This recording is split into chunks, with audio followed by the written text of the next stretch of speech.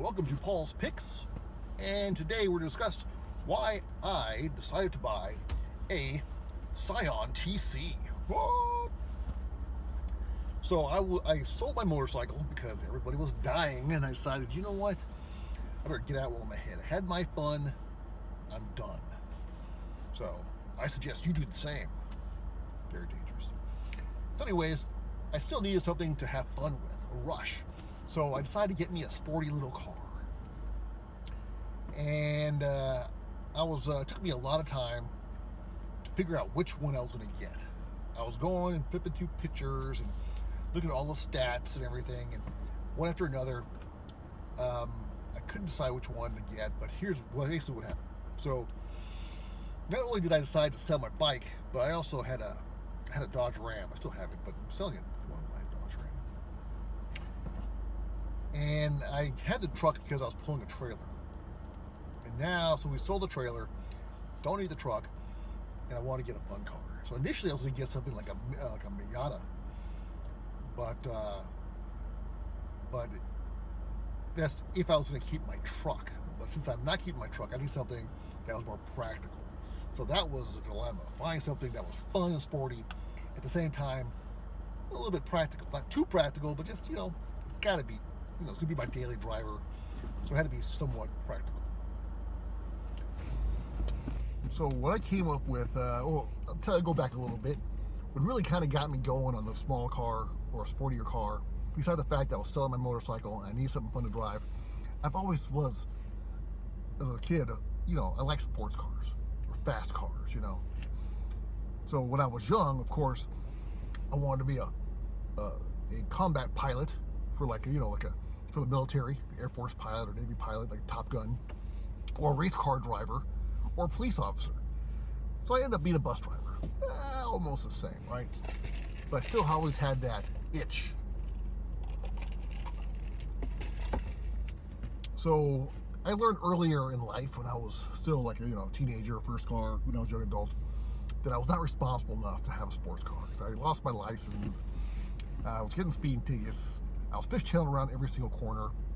I realized probably not responsible. So I always drove more practical cars, more boring cars, like SUVs, trucks, that type of thing, just so I wouldn't have that urge. Well, now that I'm an old man, I feel like maybe I'm mature enough again to have something fun. So here I am again. And also, not only that, there's two other things that really got me kind of pumped up. One, I was doing a review on a Mini Cooper, and I thought that was the funnest car I've ever driven, and that was so much fun, and I wanted a Mini Cooper. But it turned out they're not reliable vehicles. I'm sorry, Mini Cooper, but they're not. It was the most fun car, that's what I wanted, but I just didn't want to I needed something, especially considering that I'm selling my truck as a daily driver, I needed something reliable. Mini Cooper was not going to be reliable. It's also it's expensive and hard to fix, so I had to scratch that. Also, the second thing, somebody had introduced me to autocross. Autocross. If you don't know what autocross is, dude, I didn't even know.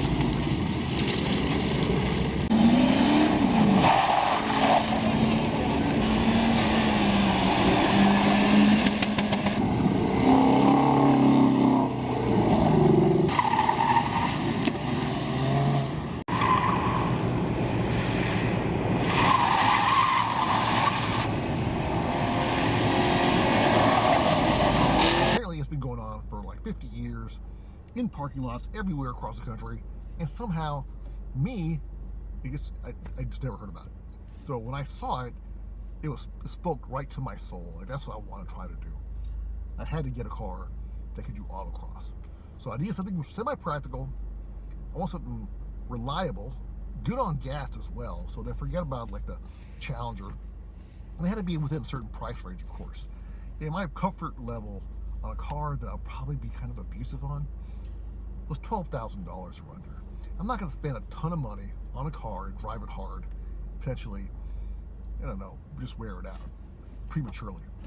So $12,000 was about comfort level.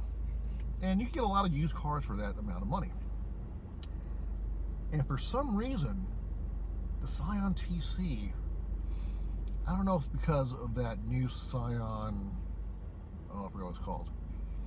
The other sport car that came out newer. Anyways, more recent. Kind of overshadowed the Scion TC, but you can pick one up for a pretty fair deal, and it's got the Camry motor in it, so you know it's reliable. It's got 2.5 liter Camry, and it powers the Camry pretty well. This car's considerably smaller and lighter, so it's got decent power.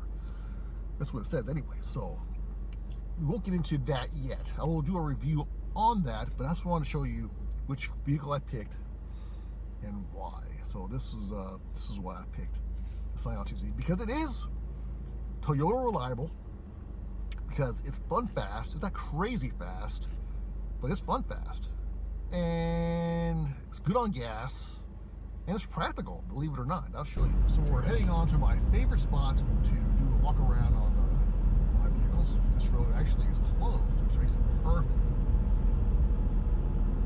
And there's a little bridge. We'll see how fast it goes, 0 to 60. Let's see if we have enough room, I'm not sure. We'll stop it, you can time it. See, the road is closed, 500 feet. I think it's enough room to do 60.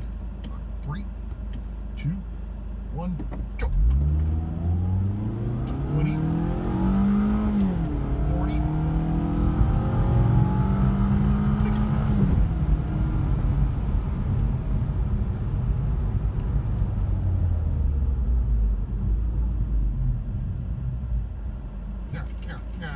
Alright, let's go check out this car. So this is the car, all angles. Side view. Front. Other side. Those are wheels. Those are 18-inch wheels. Alloy. With my blink. Here's the exhaust.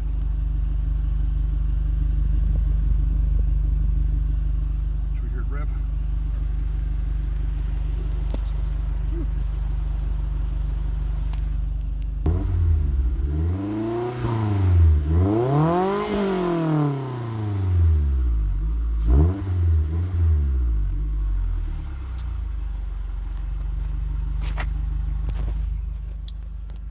Check out the trunk.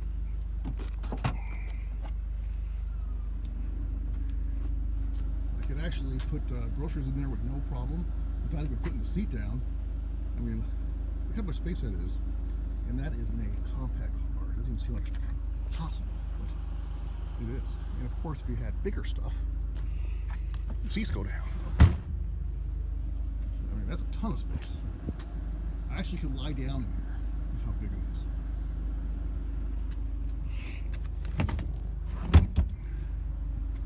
That's like a pickup truck. What in the world? That is so much space. Let's put the seat forward.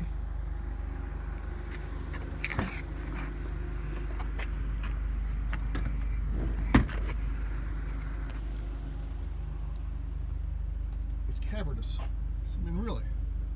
Seriously. How much more space do you need? I am 6'1". I'm in the back seat. There's actually, just about maybe a little inch, and this is where my seat's positioned as if I was driving. It's not pushed forward at all. In the back seats, if I get kind of tired, actually recline a little bit. Relax, take it easy. And I got these great skylights, some moonroofs. Make sitting back here very nice. So it's interior, my position. Get the moonroof, looking overhead. One button hits that up. One more button slides it back. Got the sky ahead. The interior is nice looking. This actually has a very clean, stylish look to it.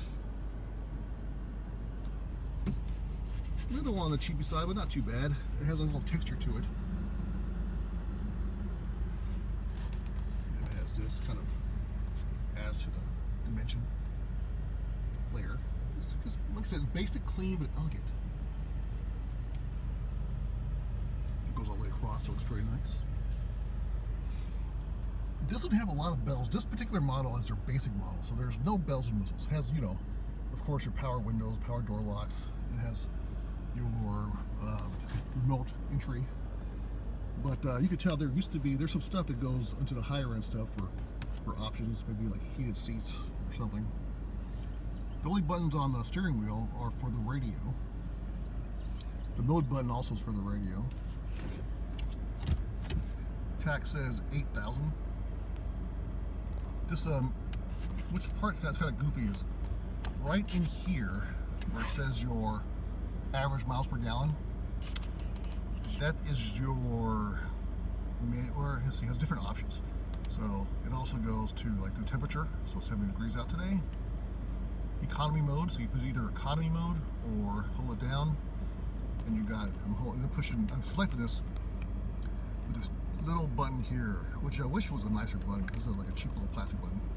If you hold it down, it goes to economy on or economy off. I usually drive it with economy on because it seems to get a little bit of gas mileage, and it doesn't seem like it's that big of a difference on power. And anyways, when I feel like being frisky, crazy, put it on Tektronic, which I thought it was called Sportstronic, but anyways.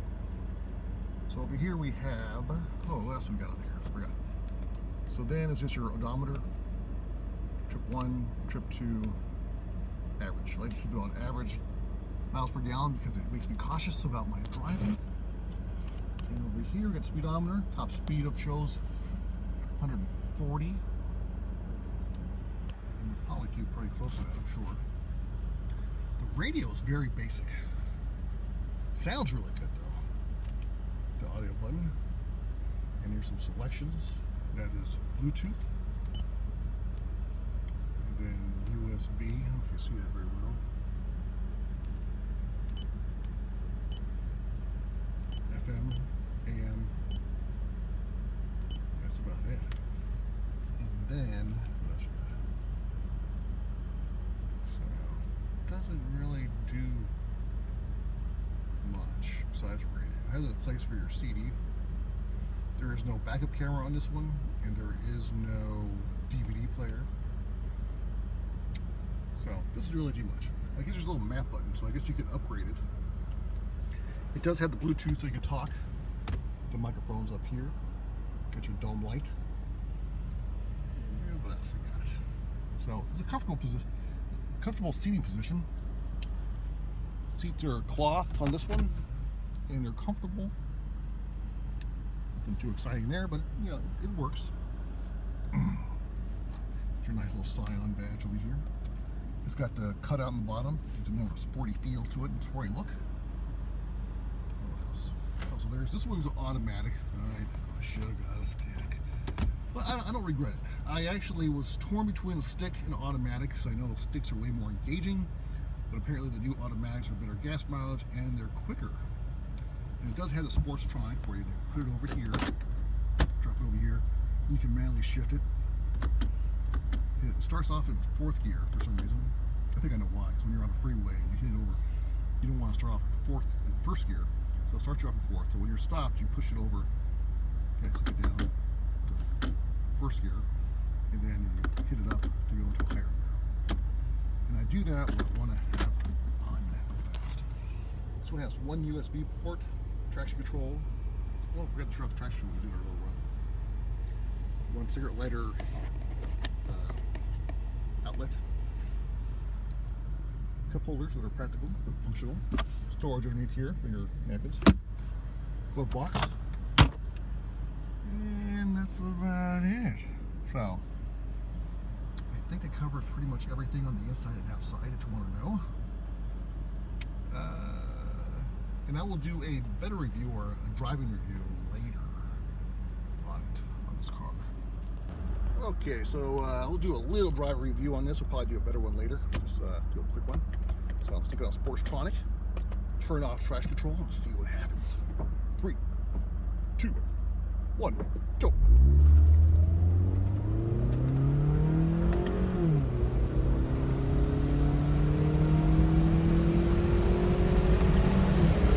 That's 60. I know it was a little slow we're actually going uphill. I know you can't hear me too well. Put it back into drive. And so let's get a look impression on how it drives. It's actually a rather firm suspension. I wouldn't say too firm, because when you're actually rocking back and forth, it does lean a little bit, but not too bad. I think on this vehicle, they're trying to get a balance between sporty and comfortable. So they didn't go all out sport.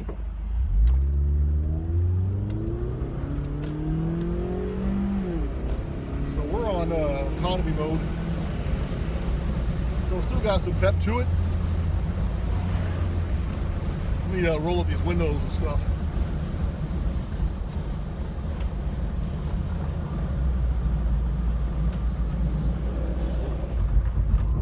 Okay.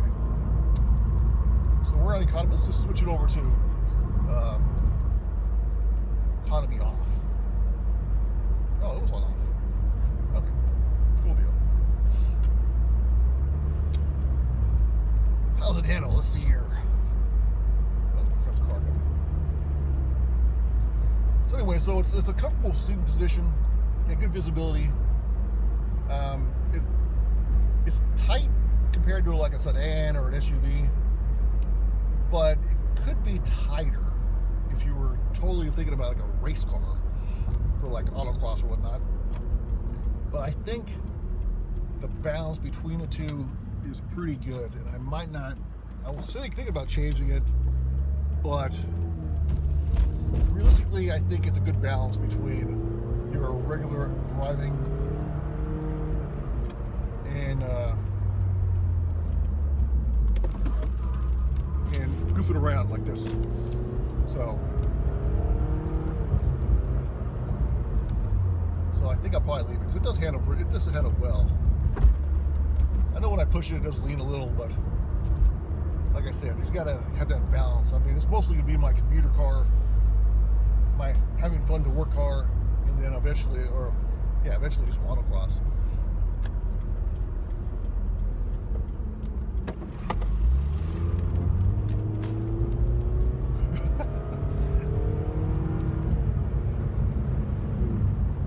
It definitely handles well. Brakes are good. These brakes are actually worn out, but they still work pretty darn good once they finally get to it. Right now, there's a lot of play before I actually get to the brakes, but once I get to the brakes, it does work good. So I'm assuming when I get some new ones, which I'll get the ones with the slots and the holes in it, it'll be better. But once they do engage, it does bite really well. And I know whoever had these before changed the tires, so they're not summer tires. They're kind of, I don't know, they seem very like all-weather type. And again, I'm not sure. I'm not going to change them until they wear out. But when they do wear out, I'm not sure what I'll get, to be honest with you. So it'll probably be a sportier blend, but probably not completely 100%. But I think this one is more for your average driving, and not for your aggressive driving.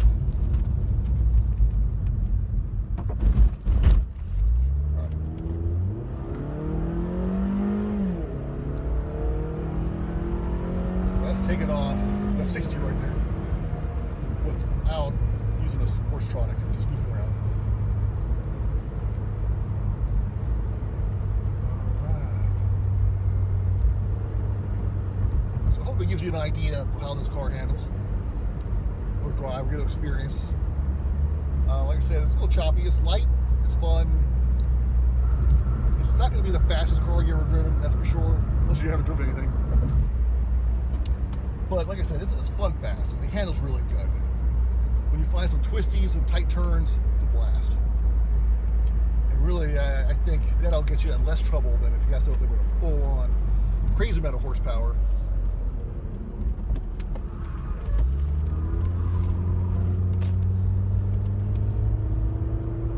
So I think it'll keep you out of trouble more so than something with a lot of power. That's why I like it. Something that's fun, it's quick, handles well, Puts a smile on your face. And also, I love these sunroofs. I mean, really, take a look at that. It's so nice. All right, that's all for now, but stay tuned. I will hit like and subscribe so I'll be putting definitely more videos of the vehicle, especially when I do the autocross, which apparently the season's over, so it won't be till a little later on. But that would be exciting. So watching me do autocross for the first time. All right, thanks for watching.